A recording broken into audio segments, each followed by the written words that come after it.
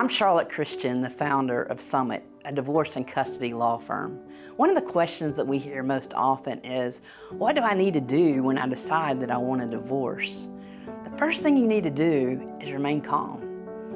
You need to know that anything that you say and do can and will be held against you in a court of law, just like what you hear on TV, just like your rights when you're arrested.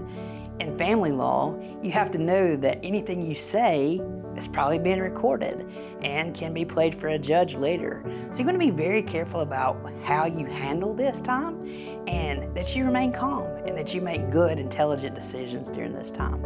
Second, you need to make sure that you have a firm accounting of your assets.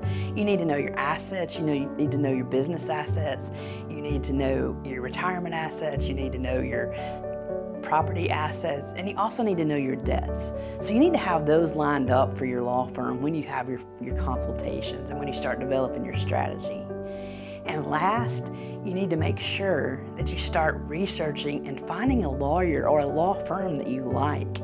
Because at the end of the day, you can be with these people for a few months or several months. It could be up to 18 months that you're with this law firm. So you've got to be with somebody where you feel professional synergy, and you have to be able to trust that person, or you have to be able to trust that firm. So you have to know that they're developing a strategy that's strong for you, and that they're actually implementing that strategy, and that you're being set up for success.